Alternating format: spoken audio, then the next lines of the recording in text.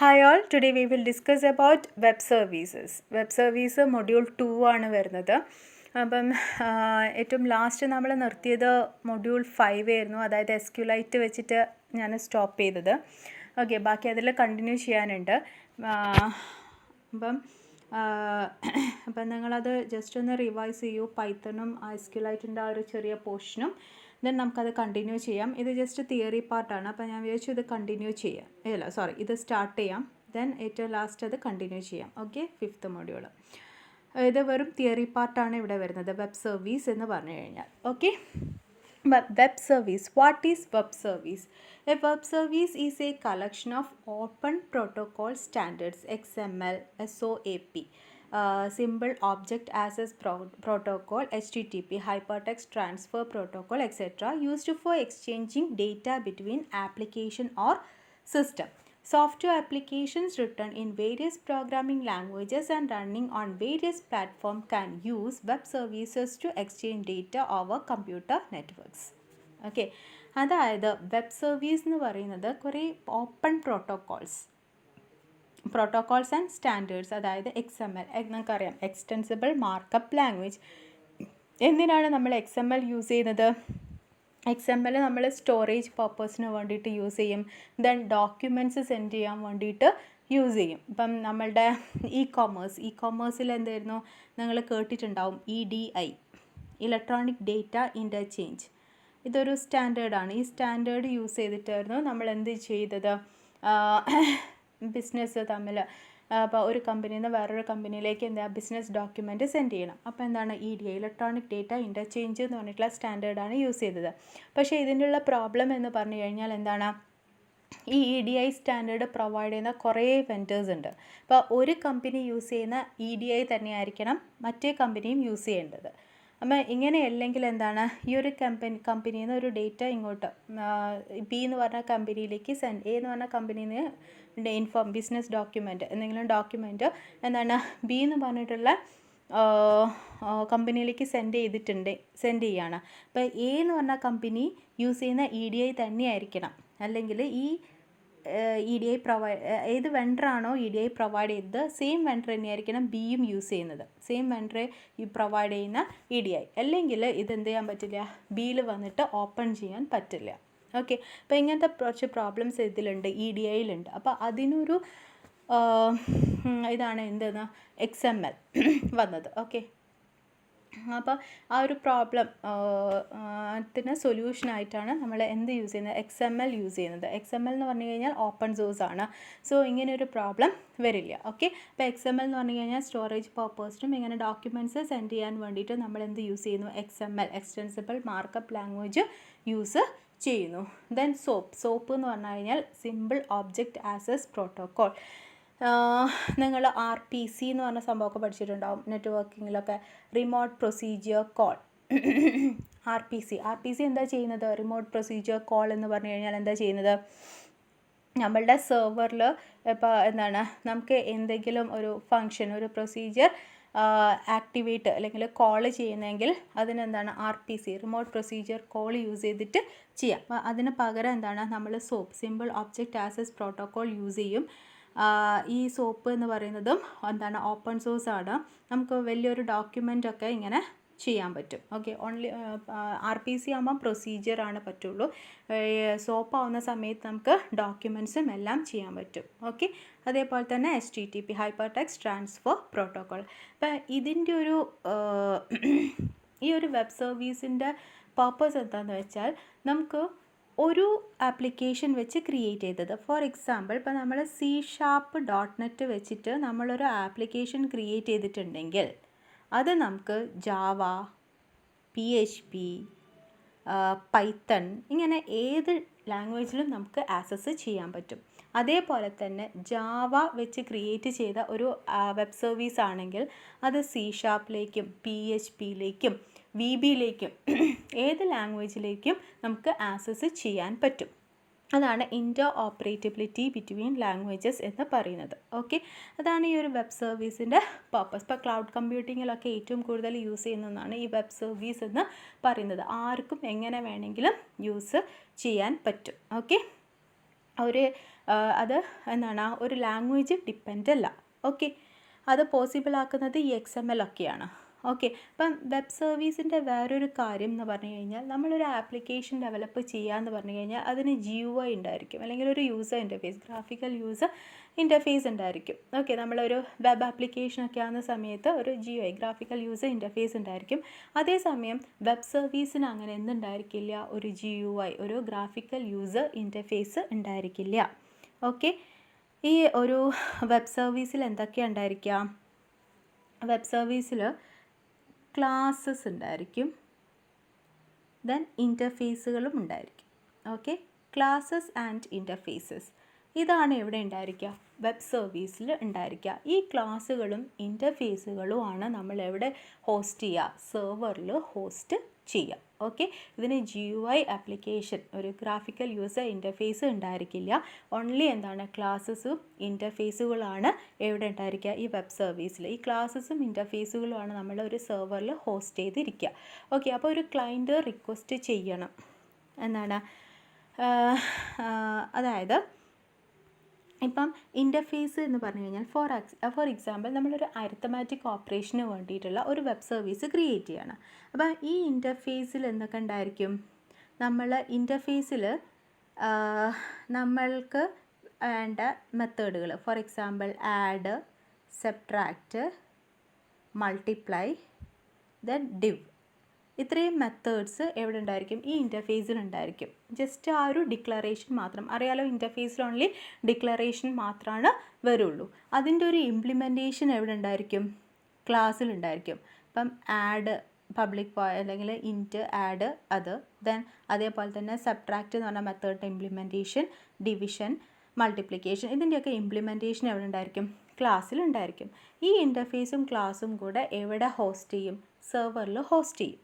Okay, അപ്പം user, ഒരു client request കൊടുക്കുക എന്ന് പറഞ്ഞു കഴിഞ്ഞാൽ എന്താണ്, ഇപ്പം നമ്മൾ ഇപ്പോൾ ഒരു ഒരു എന്താ പറയുക, ഇപ്പം നമ്മൾ ഒരു നെറ്റിലൊക്കെ സെർച്ച് ചെയ്യുന്നില്ലേ, ഇപ്പം PDF കൺവേർട്ട് ചെയ്യാൻ വേണ്ടിയിട്ട് ഒരു ആപ്ലിക്കേഷൻ, അപ്പോൾ അങ്ങനെ പ്രൊവൈഡ് ചെയ്യുന്ന പോലെ നമുക്കിപ്പോൾ ഒരു വെബ് സർവീസ് വേണമെങ്കിൽ നമ്മൾ നെറ്റിൽ സെർച്ച് ചെയ്യും. ഇപ്പം നമുക്ക് അത് പ്രൊവൈഡ് ചെയ്യുന്ന വെൻഡേഴ്സിനെ നമുക്ക് സെർച്ച് ചെയ്താൽ കിട്ടും. അപ്പം നമ്മൾ അവരുമായിട്ട് കോൺടാക്റ്റ് ചെയ്ത് കഴിഞ്ഞാൽ അവർ നമുക്ക് എന്ത് പ്രൊവൈഡ് ചെയ്യും? അവരുടെ ഈ ഒരു ഇൻ്റർഫേസ് പ്രൊവൈഡ് ചെയ്യും. ഇൻ്റർഫേസ് പ്രൊവൈഡ് ചെയ്യുക എന്ന് പറഞ്ഞു കഴിഞ്ഞാൽ അവർ യൂസ് ചെയ്യുന്ന മെത്തേഡുകളുടെ പേര്, ആഡ്, സബ്ട്രാക്റ്റ്, അതാണ് ഇൻ്റർഫേസ് അവർ പ്രൊവൈഡ് ചെയ്യും. ഓക്കെ, ഇപ്പം നമുക്ക് വേണ്ടത് ആഡ് ആണെങ്കിൽ നമ്മൾ ആ ഒരു ആഡ് എന്ന് പറഞ്ഞ മെത്തേഡ് യൂസ് ചെയ്യും. നമ്മളുടെ ആപ്ലിക്കേഷനിൽ നമ്മൾ ആഡ് എന്ന് പറഞ്ഞിട്ട് യൂസ് ചെയ്യും. ദെൻ നമ്മൾ 12,3 എന്ന് പറഞ്ഞിട്ട് നമ്മൾ എന്ത് ചെയ്യും? ജസ്റ്റ് അത് സെൻഡ് ചെയ്ത് കൊടുക്കും. അപ്പോൾ എന്താണ്, അവിടെ നിന്ന് ആ ഒരു വാല്യൂ ആഡ് ചെയ്തിട്ട് 12+3 എന്ന് പറഞ്ഞിട്ട് ആഡ് ചെയ്തിട്ട് 15, അത് നമുക്ക് റിട്ടേൺ ചെയ്ത് കിട്ടും. മനസ്സിലായല്ലോ? ഓക്കെ, ഇപ്പോൾ വെബ് സർവീസ് എന്ന് പറഞ്ഞു കഴിഞ്ഞാൽ ഓൺലി ഇൻ്റർഫേസുകളും അതേപോലെ ക്ലാസ്സുകളുമാണ്.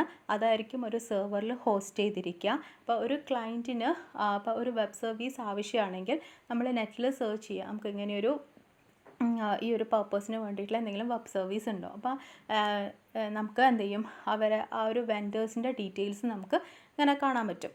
ആ വെൻഡറുമായിട്ട് കോൺടാക്റ്റ് ചെയ്ത് കഴിഞ്ഞ് കഴിഞ്ഞാൽ അവർ അവരുടെ ഇൻ്റർഫേസ് നമുക്ക് പ്രൊവൈഡ് ചെയ്ത് തരും. ഓക്കെ, അപ്പോൾ ആ ഒരു ഇൻ്റർഫേസ് നമുക്ക് കിട്ടിക്കഴിഞ്ഞ് കഴിഞ്ഞാൽ അതിലുണ്ടായിരിക്കും അവരുടെ മെത്തേഡുകളൊക്കെ. അപ്പോൾ നമുക്ക് ഏത് മെത്തേഡാണോ യൂസ് ചെയ്യേണ്ടത്, അപ്പോൾ അതിൻ്റെ ഡിസ്ക്രിപ്ഷനും കാര്യങ്ങളൊക്കെ ഉണ്ടാവും. ഓക്കെ, ഓരോ മെത്തേഡും എന്തിനാണ്, എത്ര പാരാമീറ്റേഴ്സ്, എല്ലാ ഡിസ്ക്രിപ്ഷനും നമുക്ക് കിട്ടും. ഓക്കെ, അപ്പോൾ നമ്മൾ യൂസ് ചെയ്യേണ്ടത് എന്താണ്, ആഡ് എന്ന് പറഞ്ഞിട്ട് യൂസ് ചെയ്ത് കഴിഞ്ഞാൽ നമുക്ക് എന്ത് ചെയ്യാൻ പറ്റും, സെൻഡ് ചെയ്ത് കഴിഞ്ഞാൽ അവർ ആ ഒരു റിസൾട്ട് ആഡ് ചെയ്തിട്ട് നമുക്ക് റെസ്പോൺസായിട്ട് കിട്ടും. മനസ്സിലായല്ലോ? ഇതാണൊരു വെബ് സർവീസ്. ഇപ്പോൾ നമ്മളുടെ വെതർ കാസ്റ്റ് റിപ്പോർട്ട് അതൊക്കെ എന്താണ്, ഒരു വെബ് സർവീസാണ്. അപ്പം നമ്മളുടെ ആപ്ലിക്കേഷനിൽ നമുക്ക് ആഡ് ചെയ്യാൻ പറ്റും. ഇപ്പം നമ്മളുടെ ഗൂഗിൾ മാപ്പ്, ഇപ്പോൾ ഗൂഗിൾ മാപ്പ് എന്ന് പറയുന്നത് എന്താണ്, ഗൂഗിൾ പ്രൊവൈഡ് ചെയ്യുന്ന ഒരു സർവീസാണ് ഗൂഗിൾ മാപ്പ്. അപ്പോൾ നിങ്ങളൊക്കെ ആൻഡ്രോയിഡ് ആപ്ലിക്കേഷനൊക്കെ ചെയ്തവരാണെങ്കിൽ നമ്മളുടെ ആപ്ലിക്കേഷനിലേക്ക് നമുക്ക് ആ ഗൂഗിൾ മാപ്പിനെ കൊണ്ടുവരാൻ പറ്റും. .NET ആപ്ലിക്കേഷനിലേക്ക് നമുക്ക് ആ ഗൂഗിൾ മാപ്പിനെ കൊണ്ടുവരാൻ പറ്റും. PHP ആപ്ലിക്കേഷനിൽ കൊണ്ടുവരാൻ പറ്റും. ഓക്കെ, അതാണ് എന്തെന്ന് പറയുന്നത്, നമ്മളുടെ വെബ് സർവീസ് എന്ന് പറയുന്നത്. ഓക്കെ, ഈ വെബ് സർവീസിൻ്റെ ബെനിഫിറ്റ്സ് എന്തൊക്കെയാണ്? ഇൻ്റർ ഓപ്പറേറ്റബിലിറ്റി, അത് ഞാൻ പറഞ്ഞു. ഇപ്പോൾ ഏത് ലാംഗ്വേജിൽ ക്രിയേറ്റ് ചെയ്ത് കഴിഞ്ഞാലും എന്താണ്, ആ ഒരു ലാംഗ്വേജിൽ മാത്രമല്ല വേറെ ഏത് ലാംഗ്വേജിലും അത് യൂസ് ചെയ്യാൻ പറ്റും. Web service allows various application to talk to each other and share data and services among themselves. Other application can also use web services. For example, a VB or .NET application can talk to Java web services and vice versa. മനസ്സിലായല്ലോ? അപ്പോൾ VB.NET ഇപ്പോൾ ജാവയിൽ ഒരു create ചെയ്തൊരു web service ആണെങ്കിൽ അതെന്ത് ചെയ്യാൻ പറ്റും? VB.NETലും access ചെയ്യാൻ പറ്റും. ഓക്കെ, നെക്സ്റ്റ് അതാണ് ഇൻ്റർ ഓപ്പറേറ്റബിലിറ്റി എന്ന് പറയുന്നത്. എന്താണ് പിന്നെ എന്താണ് സ്റ്റാൻഡർഡൈസ്ഡ് പ്രോട്ടോക്കോൾ, അതായത് ഒരു സ്റ്റാൻഡർഡൈസ്ഡ് മൊത്തം ഇൻഡസ്ട്രിയിൽ സ്റ്റാൻഡേർഡ് പ്രോട്ടോക്കോൾസാണ് ഇവർ യൂസ് ചെയ്യുന്നത്. അതായത് XML, SOAP എന്നൊക്കെ പറഞ്ഞിട്ടുള്ളത്. Then low cost communication, web service uses എന്താണ് SOAP over HTTP, hyper text transfer protocol. So you can use your existing low cost internet for implementing the web service. Okay, അതിന് വേണ്ടിയിട്ട് extra ഒന്നും നമ്മൾ ചെയ്യേണ്ട ആവശ്യം വരുന്നില്ല. നെക്സ്റ്റ് വരുന്നത് behavioural characteristics ആണ്. അപ്പം ഇതിൽ യൂസ് ചെയ്യുന്നത് എന്താണ്? XML ആണ്. XML ബേസ്ഡ് ആണ്. XML അറിയാലോ, എക്സ്റ്റെൻസിബിൾ മാർക്കപ്പ് ലാംഗ്വേജ് ആണ്. ഇവിടെ നമുക്ക് നമ്മളുടേതായ ടാഗ്സും കാര്യങ്ങളൊക്കെ യൂസ് ചെയ്യാം XML വെച്ചിട്ട് ചെയ്യുമ്പോൾ. ഓക്കെ, വെബ് സർവീസ് ഇപ്പം നമ്മൾ HTML ആവുന്ന സമയത്ത് നമുക്ക് അവിടെ പ്രീ ഡിഫൈൻഡ് ടാഗ്സ് ഉണ്ട്. ഇപ്പം for example P paragraph, B bold. Okay, അതേസമയം XML ആണെങ്കിലോ യൂസർ ഡിഫൈൻഡ് ടാഗ്സ് ആണ് അവിടെ വരുന്നത്. ഓക്കെ, വെബ് സർവീസസ് യൂസേഴ്സ്, ഇപ്പം വെബ് സർവീസിൽ അതിൻ്റേതായ ടാഗ്സും കാര്യങ്ങളും XML നമുക്ക് XML വരുന്നുണ്ട്. അതിൻ്റെ അതേ വെബ് സർവീസിൽ XML ബേസ്ഡ് ടാഗ്സ് വരുന്നുണ്ട്. Okay, web services users XML at data representation and data transportation layer. Using XML, eliminating any networking, operating system or platform binding.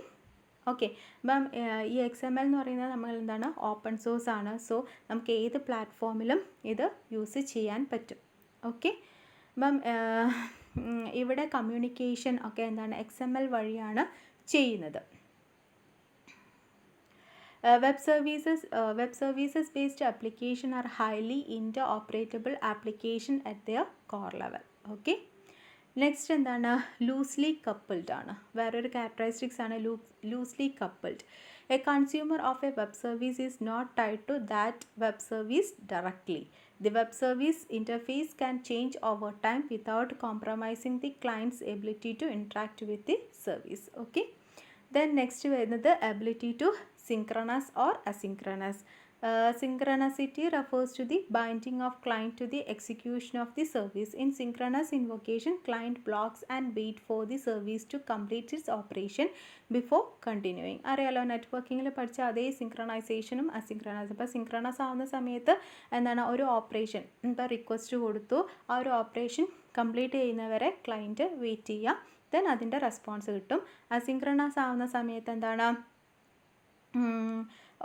ഒന്നിനെ റിക്വസ്റ്റ് കൊടുത്തിട്ട് അതിനെന്തെങ്കിലും റിസോഴ്സസ് ഒക്കെ ആവശ്യമാകുന്ന സമയത്ത് അതവിടെ പെൻഡിങ്ങിലേക്ക്, ആ ഓപ്പറേഷൻ ചെയ്യുന്നതിൻ്റെ ഇടയിൽ കൂടെ നമുക്ക് എന്ത് ചെയ്യാം, വേറെ ഫങ്ഷൻസ് എക്സിക്യൂട്ട് ചെയ്യാൻ പറ്റും. അതാണ് എന്താ, അസിങ്ക്രണസ്. ഓക്കെ, ഈ ഒരു കാര്യങ്ങളൊക്കെ നമുക്ക് സെറ്റ് ചെയ്യാൻ പറ്റും.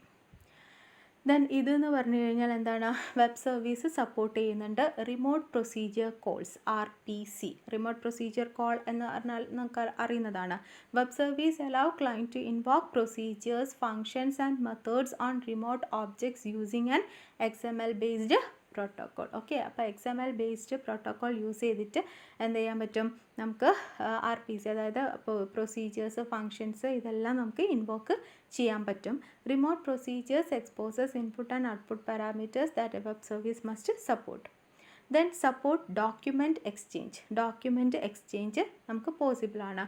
One of the key advantages of XML is it's generic way of representing not only data but also complex documents. Complex documents നമുക്ക് എന്ത് ചെയ്യാൻ പറ്റും, സെൻഡ് ചെയ്യാൻ പറ്റും. ഓക്കെ, ദെൻ നെക്സ്റ്റ് വരുന്നത് വെബ് സർവീസ് ആർക്കിടെക്ചർ ആണ്. there are two ways to view web service architecture. ഒന്നെന്ന് പറഞ്ഞു കഴിഞ്ഞാൽ എന്താണ്, the first is to examine the individual role of each web service actor. അപ്പം ഈ വെബ് സർവീസ് യൂസ് ചെയ്യുന്നവരുടെ ആ ഒരു ബേസിൽ നമുക്ക് ഇതിനെ ഈ വെബ് സർവീസിനെ നമുക്ക് റെപ്രസെൻ്റ് ചെയ്യാൻ പറ്റും. സെക്കൻഡ് എന്ന് പറയുന്നത് is to examine the emerging web service protocol stack. Okay, അപ്പോൾ ഈ വെബ് സർവീസിൽ യൂസ് ചെയ്യുന്ന പ്രോട്ടോകോൾ സ്റ്റാക്ക് ബേസ്ഡ് ഓക്കെ നമുക്ക് എന്ത് ചെയ്യാൻ പറ്റും, ഈ വെബ് സർവീസിൻ്റെ ആർക്കിടെക്ചർ നമുക്ക് പറയാം. ഓക്കെ, അപ്പോൾ വെബ് സർവീസ് ആർക്കിടെക്ചർ എന്ന് പറഞ്ഞു കഴിഞ്ഞാൽ 2 വ്യൂ ആയിട്ടാണ് വരുന്നത്. ഒന്നെന്ന് പറഞ്ഞു കഴിഞ്ഞാൽ ഈ വെബ് സർവീസ് ആരൊക്കെ യൂസ് ചെയ്യുന്നു, ഓരോരുത്തരെയും റോൾ ബേസ്ഡും, വേറെ ഒന്നെന്ന് പറയുന്നത് പ്രോട്ടോകോൾ സ്റ്റാക്ക് ബേസ്ഡും. Okay, web service roles. അപ്പം ഇതിൽ there are 3 major roles within web service architecture. ആരൊക്കെയാണ് അതിൽ? ഒന്ന് സർവീസ് പ്രൊവൈഡർ, വേറെ ഒന്ന് സർവീസ് റിക്വസ്റ്റർ, വേറെ ഒന്ന് service registry. Okay, service provider എന്ന് പറഞ്ഞു കഴിഞ്ഞാൽ എന്താണ്? This is the provider of the web service. Okay, അതായത് ആരാണോ ഡെവലപ്പ് ചെയ്ത് ഈ ഒരു വെബ് സർവീസ് ഡെവലപ്പ് ചെയ്ത് ഹോസ്റ്റ് ചെയ്ത് പ്രൊവൈഡ് ചെയ്യുന്നവർ. Okay, the service provider implements the service and makes it's available on the internet. വേറെ എന്താണ്? സർവീസ് റിക്വസ്റ്റർ. സർവീസ് റിക്വസ്റ്റർ എന്ന് പറഞ്ഞു കഴിഞ്ഞാൽ ആരാണ്? ഈ സർവീസ് റിക്വസ്റ്റ് ചെയ്യുന്നവർ. അതായത് this is any customer of the web service. The requester utilizes an existing web service by opening a network connection and sending an XML request. Then ഏറ്റവും ലാസ്റ്റ് വരുന്ന എന്താണ്? Service registry. This is logically centralized directory of services. അതായത് നമ്മളുടെ സെർവറിൽ ഈ ഒരു service host ചെയ്തിരിക്കുന്നല്ലോ, ആ host ചെയ്തിരിക്കുന്ന പാർട്ടിനെയാണ് നമ്മൾ രജിസ്ട്രി എന്ന് പറയുന്നത്. The registry provides a central place where developers can publish new services. Okay, അപ്പോൾ ഈ രജിസ്ട്രിയിൽ പിന്നെ പുതിയൊരു വെബ് സർവീസ് ക്രിയേറ്റ് ചെയ്തിട്ട് അത് ഹോസ്റ്റ് ചെയ്യല്ലോ, ഹോസ്റ്റ് ചെയ്തിട്ട് അതിന് പബ്ലിഷ് ചെയ്യാം. അപ്പം developers can publish new services or finding existing ones, അല്ലെങ്കിൽ ഓൾറെഡി ഉള്ളതിന് എന്താ ഫൈൻഡ് ചെയ്യുക. It therefore serve as a centralized clearing house for companies and their services. Okay, അപ്പം റോൾ ബേസ്ഡ് ആവുന്ന സമയത്ത് 3 എണ്ണാണുള്ളത്. ഒന്ന് service provider, service requester, then service registry. Okay, next വരുന്നത് web service protocol stack based ആണെങ്കിൽ എന്തൊക്കെയാണ് വരുന്നത്? 4 മെയിൻ ലെയേഴ്സ് ആണ് വരുന്നത്. ഒന്ന് service transport. Okay, this layer is responsible for transporting messages between applications. Currently, the layer includes എന്തൊക്കെയാണ്?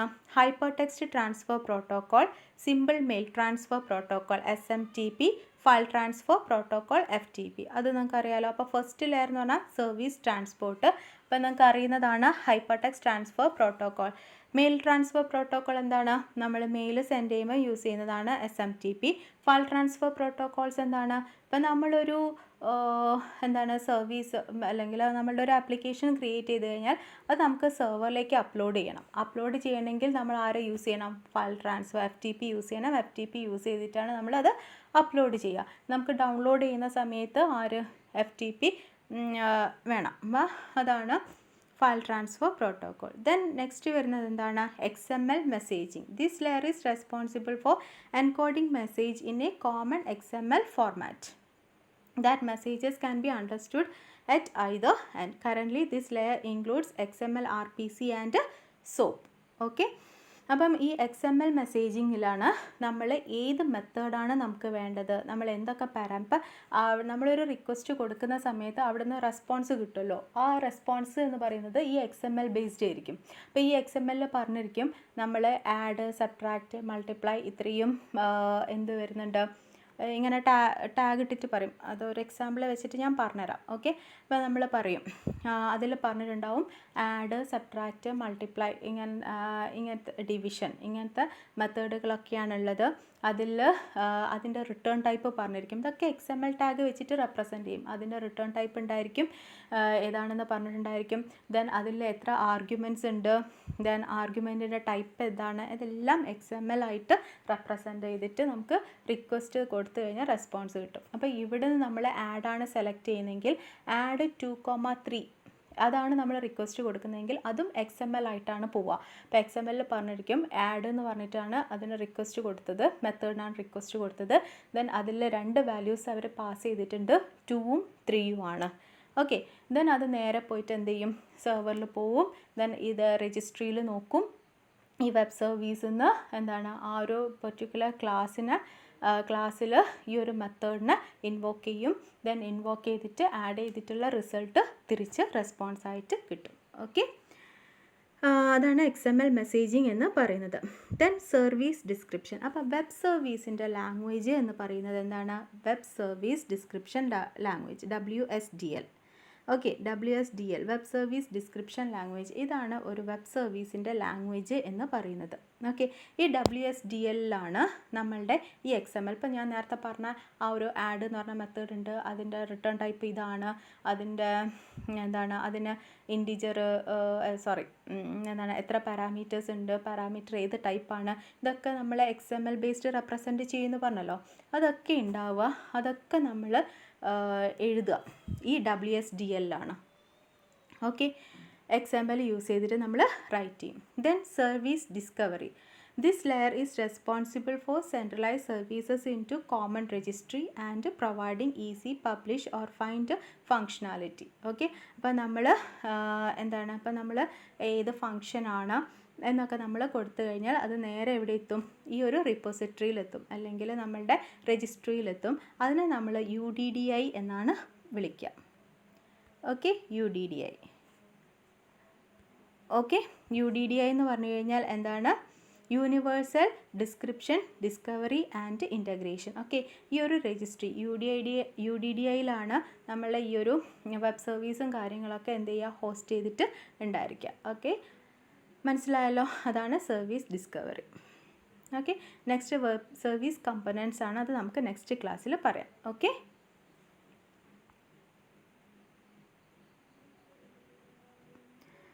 ഇത് കണ്ടോ, ഇതാണ് നമ്മളുടെ WSDL എന്ന് പറയുന്നത്. ഓക്കെ, ഇവിടെ നമ്മളുടെ ഹലോ സർവീസ് എന്ന് പറയുന്നതാണ് എന്താണ് നമ്മളുടെ വെബ് സർവീസിൻ്റെ പേര്. ഓക്കെ, ദെൻ WSDL എന്ന് പറഞ്ഞിട്ടുള്ള ലാംഗ്വേജാണ് നമ്മൾ യൂസ് ചെയ്തിരിക്കുക. കണ്ടോ, ഇവിടെ സേ ഹലോ റിക്വസ്റ്റ് എന്നതാണ് നമ്മളുടെ എന്താണ് മെത്തേഡിൻ്റെ പേര്, അതാണ് മെസ്സേജ് നെയിം എന്ന് പറയുന്നത്.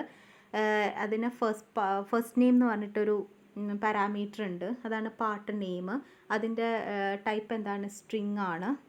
മനസ്സിലായല്ലോ, ഇത് റിട്ടേൺ ചെയ്യുന്നത് എന്ത് ടൈപ്പാണ്, സ്ട്രിങ് ആണ്. മനസ്സിലായല്ലോ, ഇതൊക്കെ ഇങ്ങനെ മെസ്സേജ് നെയിം ഈക്വൽ ടു ഇതൊക്കെയാണ് നമ്മൾ എന്തെന്ന് പറയുന്നത്, XML ടാഗ്സ് ആണ്.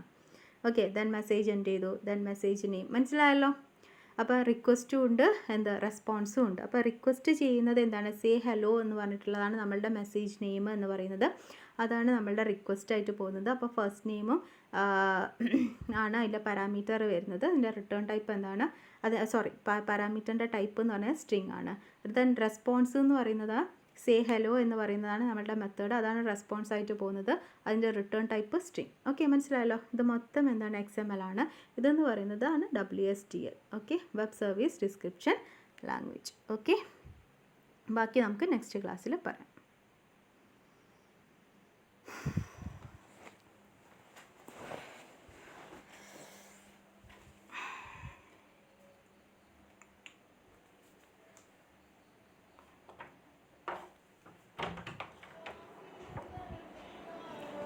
എന്തിനാ കരയുന്നത്?